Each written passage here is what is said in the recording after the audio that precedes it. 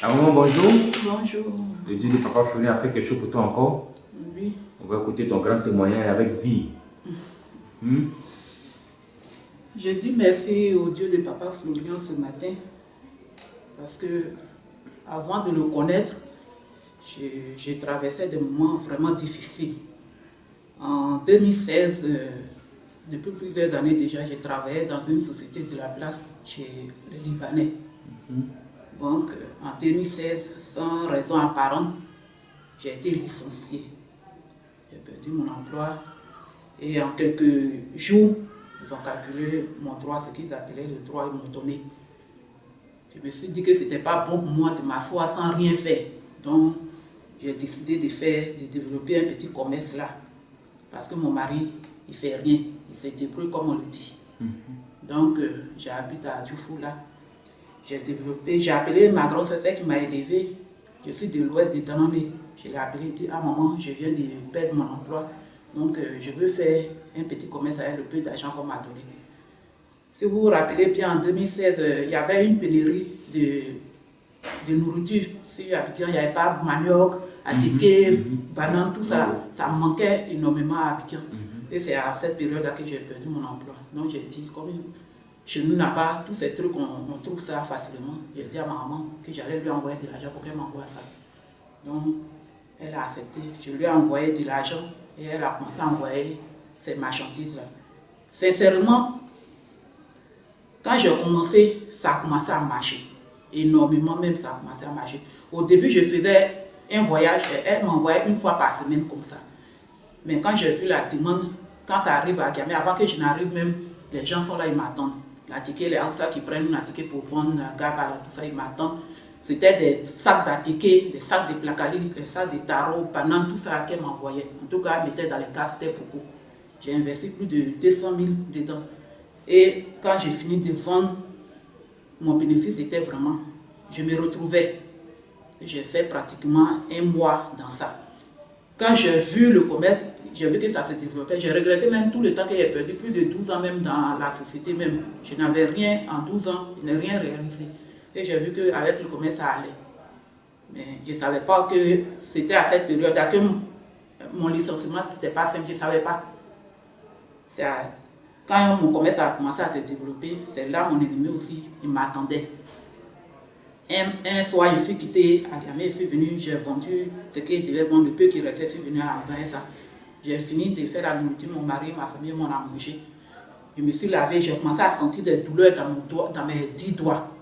Je ne pouvais plus plier mes doigts comme ça. J'ai appelé mon mari, je lui ai expliqué. Il m'a dit, ah, peut-être c'est à force de soulever les sacs avec ta main, c'est à cause de ça que tu sens les douleurs.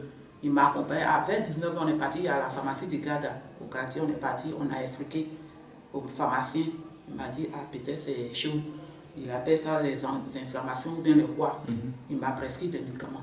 Il m'a donné, on est venu. Quand on est venu à la maison, j'ai pris les comprimés. J'ai fait erreur même de prendre les comprimés. La douleur a passé à s'intensifier encore. Tous mes doigts, je ne pouvais plus les plier, je ne pouvais plus rien faire. Toute la nuit, je n'ai pas dormi. Entre-temps, c'est avec la main que tu travailles. C'est avec la main que je travaille. Donc, je ne pouvais plus plier pour dire qu'il peut soulever quelque chose. C'est arrêté comme ça me fait mal, une douleur atroce. Donc, j'ai fait plus de 2 jours dans ça. Or, au début, je faisais un jour dans la semaine, les marchandises venaient. Mais quand ça commençait à marcher, c'était au moins 2 fois, 3 fois dans la semaine. Et comme ça marchait bien. Mais avec mes doigts malades, ma grande fille, ma nièce était là. C'est elle qui m'aidait avec mon mari maintenant. Je ne pouvais pas arrêter parce que si j'arrêtais, ce n'était pas bon pour nous. L'argent allait finir dans ma main. Donc je forçais. Donc mon mari partait chercher les marchandises à Gamé. Il les vendait comme il le pouvait. Ma fille continuait tout ça. Au fur et à mesure, ça ne s'améliorait pas, mon état de santé. Mon mari m'a dit, bon, comme c'est comme ça, allons à l'hôpital. On est parti à l'hôpital, on a fait les examens. On ne trouve rien. Les médecins même sont étonnés. Ils voient même qu'ils font les exercices à mon doigt, ça ne se plie pas. La douleur, ça ne fait que s'enfler.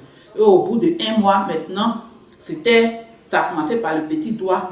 Il y a, on dit Panari qui est venu dessus. Ça a fait jusqu'à plus de 3 à 4 jours, ça se casse. Ça commence sur tous les 5 doigts de la main. Ça a commencé Panari à tour de rôle. Comme ça. Au fur et à mesure, quand un se casse, un vient, un se casse, un vient. jusqu'à on est arrivé sur ce doigt. C'est-à-dire que tout ce qu'il fallait pour que l'argent que j'ai commencé à avoir, tout parte. C'était les médicaments à ne point fini, les examens, j'ai tout fait à l'hôpital de Trèche, tout au CHU, tout. J'ai tout fait, ça n'allait plus. J'ai maigrissé, je ne dors pas. La nuit, je ne dors pas, la journée, je ne dors pas, je ne peux pas. Je suis restée comme ça, jusqu'à quand ça arrivé sur le pouce maintenant. Un soir j'étais là, on m'appelle, on me dit que mon neveu que j'ai élevé, qui est resté chez moi, et puis il est parti, il a commencé à la maçonnerie, il suivait quelqu'un, ils sont partis à Pounois, il a piqué une crise là-bas. Ils l'ont emmené à Piquin, il est au CHU de Pougon. Je me mets là-bas, je le trouve, il est dans le coma. Il est complètement dans le coma. En ce moment, il ne connaissait pas le Dieu de Papa Florian. On a fait ce qu'on pouvait faire. L'argent est sorti cette nuit-là, jusqu'à 2 jours après, il est décédé. Funérailles sur mon doigt à Piquin. On a fait, l'argent est sorti. J'étais presque à zéro. Un mois, jour pour jour encore. Mon grand frère, le seul qui restait, chez qui je suis venu à Piquin ici, il est tombé malade, on dit paralysie partielle, il est décédé. Je ne savais plus où donner de la tête, j'étais complètement ruinée, je n'avais plus rien. Un matin, je venais, on a fait l'enterrement, tout. Un matin, en ce moment, c'était ce doigt-là, les 5 doigts-là, c'est fini maintenant, ça a attaqué ce doigt-là. Et c'est ce doigt-là qui a été mon calvaire. C'est après ça, c'est tordu là même, ça a été mon calvaire. Parce que les autres au moins, mais ça, quand ça a commencé, parce que quand ça, malgré que ça me faisait, c'était dans l'intention que j'arrête de tout faire pour tomber. Mais malgré ça, je tenais, je faisais tout. Donc, ça, quand ça a attaqué celui-là, c'était même pour me mettre KO maintenant. Donc, ça a commencé à s'enfler. Jusqu'à je ne pouvais pas. C'est devenu dur, ma main enflée jusqu'à ici, c'est devenu dur. Il faut monter le doigt là, on va voir. Voilà le doigt qu'elle a. Voilà le doigt qu'elle a. C'est un peu tordu. Hein. Ce n'était pas comme ça. On dit c'est panari. Donc, comme ça a fini, les autres doigts s'est attaqué ici. Donc, c'était enflé, c'était devenu noir. La douleur, je ne pouvais pas, on pouvait, c'est dur comme ça. Donc, un soir, avant que mon mari même ne rentre à la maison, ça m'a pris dans la chambre, je ne pouvais plus, je criais seule. Je suis sortie de la maison, j'ai pris mon porte-monnaie, j'ai pris un taxi, je suis partie, je suis à la Caritas des Ports. Arrivé là-bas, j'ai dit au médecin, docteur, pardonnez, coupez ce doigt, je ne peux plus supporter, coupez ce doigt. Il dit, mais si on coupe ton doigt, si tu es guéri, tu vas retraiter. On va faire ce qu'on peut faire. Il a appelé une fille de ça là. Ils ont essayé d'opérer. Il y avait le puits dedans, ça ne peut pas sortir, ils ont opéré. C'était l'erreur qu'ils ont commis. Ils m'ont donné des gamins, je suis venue à manger, j'ai pris la nuit là, la douleur a repris encore jusqu'à le jour à se lever, à tout mon bras est enflé. Et ça a commencé à s'enfler comme ça, jusqu'à c'est devenu noir dans la versée charbon dessus. Donc, je suis repartie voir le médecin, il m'a regardé et dit, ah madame, au stade où c'est arrivé là, je ne comprends plus, tous ces papiers que vous avez là, vous avez tout fait, puis ça ne va pas là. Ce doigt, la lune, ça s'en va là. On va devoir t'amputer. Parce que si ça reste, ça va créer une gangrène. En tout cas, tu vas pas t'en sortir. Tout ça à cause de ton travail? À cause de mon travail, à cause du commerce que je faisais. Voilà. Et je suis venue à la maison, j'ai expliqué à mon mari, je pleurais. J'étais là, un soir comme ça. Un matin, je partais faire le pansement. Il y a une dame, une vieille femme à côté de nous. Ça court, c'est une femme béninoise. Ça court, on adore le vaudou là-bas. Son mari est chef de vaudou là-bas, il est décédé, donc c'est elle qui a récupéré les trucs. Donc les gens viennent danser le vaudou là-bas. Un matin, elle partait faire mon pansement, elle m'a vu, elle balayait. Elle m'a dit, ma fille, tu vas à l'hôpital? J'ai dit oui. Elle m'a approché, elle dit, vous les Ivoiriens, quand on vous parle, vous n'écoutez pas les gens. Tout ce que tu es en train de faire là, tu as gaspillé ton argent pour rien. Ce que tu as là, son médicament n'est pas à l'hôpital. La personne qui t'a fait ça là, la personne à côté de toi. Je connais la personne, j'ai vu la personne, mais quand on va vous parler, vous allez prendre pour faire palabre. Si tu veux guérir, il faut laisser comme ce que tu fais là. Si tu persévères dedans là, tu ne vas pas passer 1 mois, 2 mois. Tu vas rester. Pour ce simple mal là, tu vas rester dedans. J'ai dit d'accord. Et puis j'ai continué à l'hôpital, c'est revenu. Le soir, j'ai expliqué à mon mari. On était en train d'en parler. Et puis ma soeur, il y a une soeur qui m'a conduit ici là. Elle est venue me rendre visite. Et puis elle m'a dit, ah, je suis venue te voir grande soeur parce que j'ai ma nièce qui est chez moi qui vient d'avouer qu'elle est sorcière. C'est elle qui a fait que j'ai perdu mon emploi, ma maladie, tout ça. Donc, je suis venue te dire pour que tu me dises ce qu'on doit faire. Je dis, bon, comme c'est comme ça, on va l'amener au village pour pas qu'elle reste là. Mais avant de partir, nous on est catholiques. Je dis, bon, allons chez les prêtres là. chez nous à l'église là-bas, ils vont faire une prière de délivrance et puis on la met dans le cas, va partir. Elle m'a dit, ah non, que c'est vrai qu'on est catholique, mais moi, on m'a montré chez quelqu'un, chez un prophète, et je suis partie là-bas. En tout cas, c'est un homme qui est utilisé par Dieu. Les éléments que j'ai payés là-bas, c'est ce qui a fait que la petite n'a pas tenu pied, elle a avoué. Donc, demain, comme c'est lundi, tu vas m'accompagner, tu seras témoin devant les parents demain. Donc, j'ai dit, bon, ok. Demain, on va partir. Elle est venue me chercher très tôt et puis on est venu. En venant, moi, je me suis dit qu'on venait chez un pasteur dans une petite chambrette là, il va faire une séance de prière, poser les mains, un truc comme ça. Bon, je n'ai pas mis ma tête dessus. Jusqu'à ce qu'on vienne ici, je n'ai jamais entendu parler de l'homme de Dieu. Jamais. Donc, quand on est arrivé, j'ai vu, on est rentré. J'ai vu les témoignages, tout des maladies, des blocages, tout ça. Bon, elle a fait son témoignage ici avec sa nièce. Et quand on partait, on devait partir. J'ai dit, bon, on ne sait jamais. Comme moi, on m'a dit que ce que j'ai, c'est pas simple. Moi, je vais payer les éléments là aussi. Je vais partir essayer. Donc, j'ai payé les éléments. Je suis partie. Et puis, ce même lundi là, j'ai bu le lait. Je me suis purgée. Et le soir, quand je me suis lavé, j'ai mis le sang de Christ sur moi. J'en ai parlé à mon mari. Et puis, j'ai mis sur moi que j'ai dormi. Quand j'ai dormi, au cours de la nuit, c'est là que j'ai fait mon premier songe. Et dans le songe, je me suis retrouvée dans un coin. Mais dans toute la maladie là, tu ne voyais rien? Rien. Je ne voyais rien. Quand c'est la dame là seulement qui m'a dit que ce n'était pas simple. Moi, c'est une maladie comme ça. Okay. Donc, c'est là quand j'ai pris les éléments et que j'ai fait mon premier songe ce lundi nuit là. J'étais couchée et dans mon songe, je me suis retrouvée dans un coin désert, en tout cas en plein désert. Et j'étais là. Et j'entendais des voix derrière moi. On me poursuivait. L'état dans lequel j'étais fatiguée, j'ai couru jusqu'à j'étais fatiguée, essoufflée. Et je ne me rappelais même plus du Dieu de Papa Florent, des trucs que j'ai pris. D'accord. Je ne me rappelais plus des éléments que j'ai pris ici. Je courais seulement, je cherchais à m'échapper, j'entendais une voix de tête. J'entendais une voix de tête et la voix, il me paraissait reconnaître la voix, mais je ne savais pas de qui il s'agissait. Et la personne disait, ne la laissez pas s'échapper, attrapez-la, courez, ne la laissez pas s'échapper. Et j'étais dans un coin, je disais, je ne savais plus où rentrer. Je me suis abaissée, fatiguée, et j'ai dit, Dieu de Papa Florian, sauve-moi, sauve-moi, guide-moi, sauve-moi. Quand j'ai levé ma tête, je me suis retrouvée devant une maison inachevée. Alors qu'au début, j'étais dans un désert, il n'y avait rien. Et je me suis retrouvée face à une maison inachevée. Et les gens me poursuivaient. Et il y a une voix qui me dit, rentre dans cette maison. Je suis rentrée par la porte d'entrée. Dans cette maison inachevée, il n'y a pas de toiture, il n'y a pas de fenêtre, il n'y a pas de porte. C'est maintenant qu'on vient de construire la maison. Donc, je suis rentrée dans cette maison-là. Et je voulais traverser. Tellement je voulais fuir. Je voulais traverser pour sortir par la porte de derrière. Et la voix me dit, non, cache-toi ici, cache-toi à côté de la fenêtre. Donc je me suis cachée à côté de la fenêtre, mon cœur battait. Et j'ai vu ces gens rentrer derrière moi dans la maison et qui me cherchaient.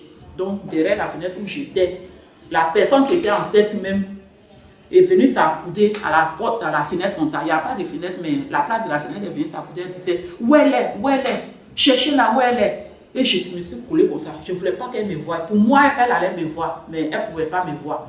Donc, un coup, elle s'est retournée comme ça. Elle a donné dos à la fenêtre. Et puis, elle voulait donner un autre à ceux qui étaient avec elle. C'est comme si on a pris son pied en bas d'elle et elle est tombée.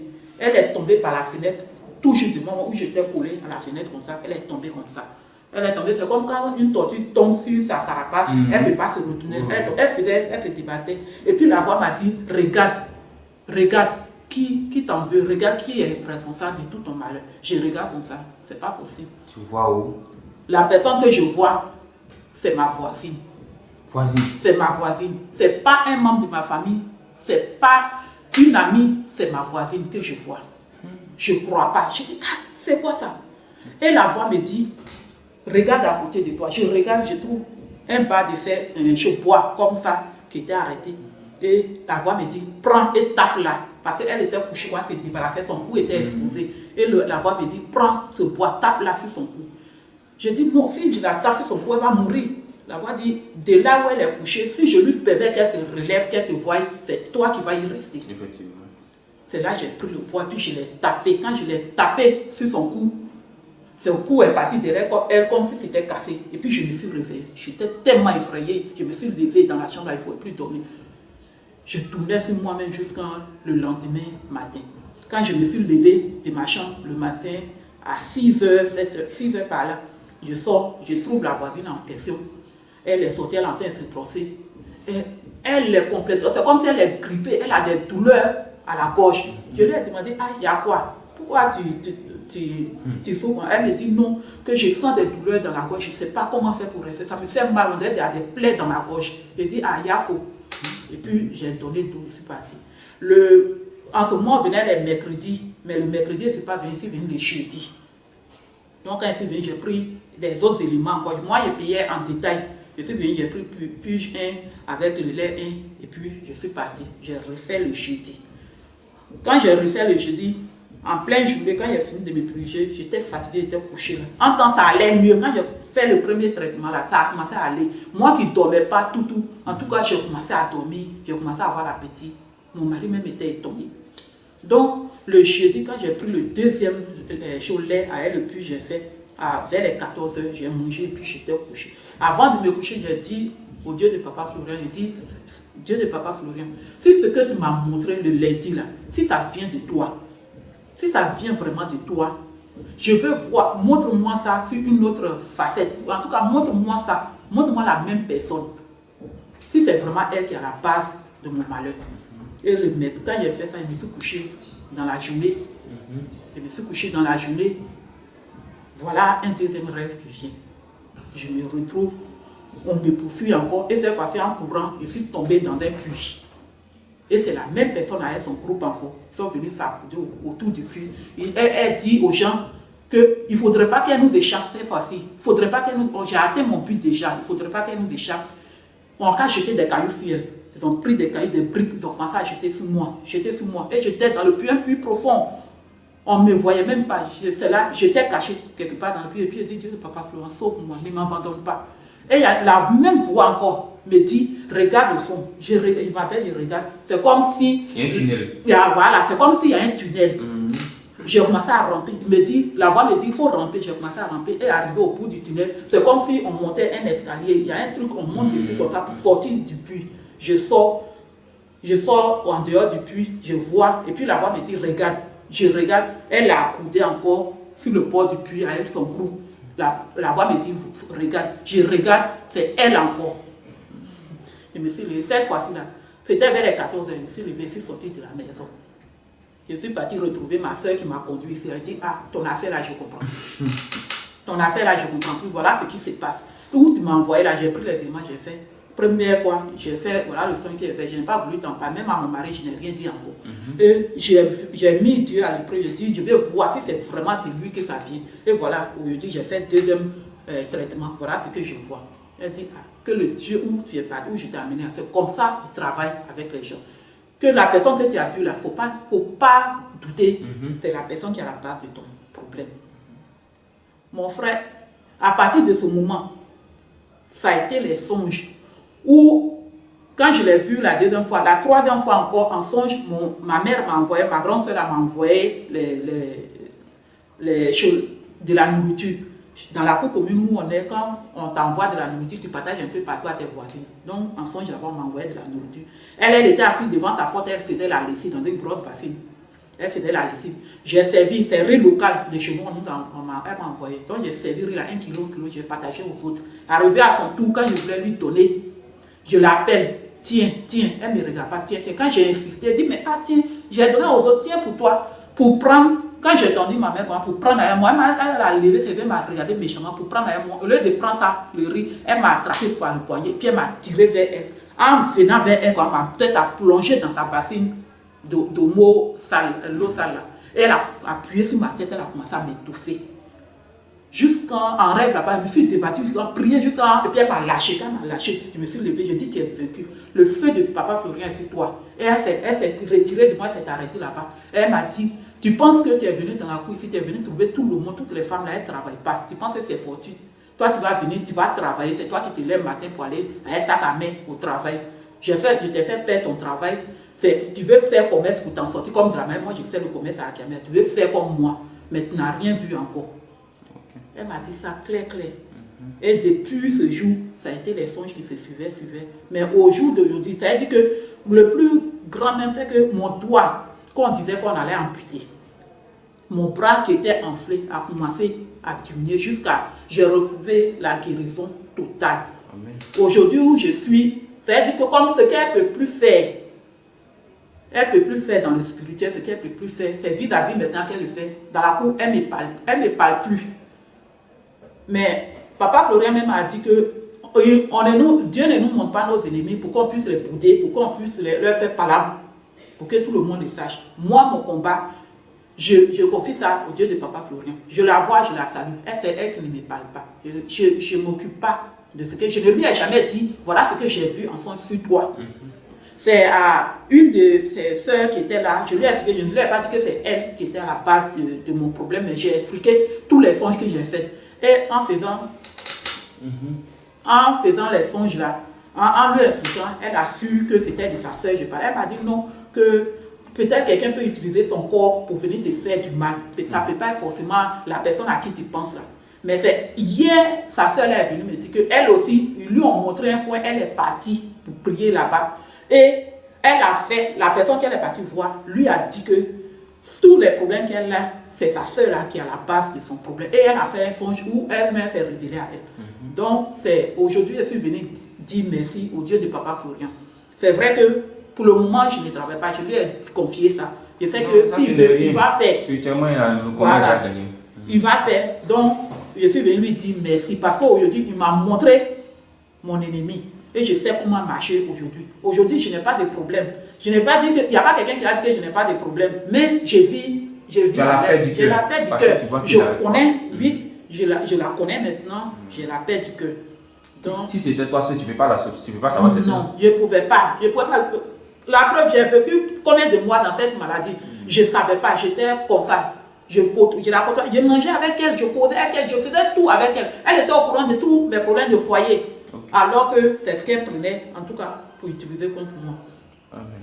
Et aujourd'hui, il y a la guérison. Il y a la guérison. Dieu de Papa Florian a fait plus, même jusqu'à ma fille. Mais je suis venue vous en parler ici. Vous-même m'avez conduit, vous m'avez dit d'aller voir Papa Florian lui-même. Parce que j'ai fait un songe où, en songe là-bas, il y a une femme qui m'est apparue qui m'a dit que la vie de mon enfant, j'ai un seul enfant, une petite fille de 8 ans, que la vie de mon enfant était en danger, que je devais faire un don de 25 000 et 30 000, 2 enveloppes en même temps. Sinon, ma fille est née le 28 juin passé. Elle est née, ça fait 8 ans maintenant. Sinon, le 22 juin, ma fille allait mourir sans maladie. Donc, je suis venu, j'ai expliqué, il m'a dit d'aller voir Papa Florian. C'est parti. Il m'a donné, en tout cas, il a dit d'envoyer la petite, je l'ai envoyé, il a béni, il a donné les éléments, elle a utilisé. Et au jour d'aujourd'hui, le 22 juin est passé, tout, ma fille est vivante. Nous sommes 21 août. Ma fille est vivante, elle est en pleine forme, tout. Donc c'est pour tout cela que je suis venue. Et elle sera toujours vivante. Je suis venue dire merci au Dieu de Papa Florian ce matin. Dieu Vraiment, te bénisse. tout ce qu'il a fait pour moi. Amen. Ce que tu as vu là, il n'y a pas quelqu'un d'autre qui peut te montrer ça encore. Donc il faut t'approcher à ce Dieu là. Amen. Amen.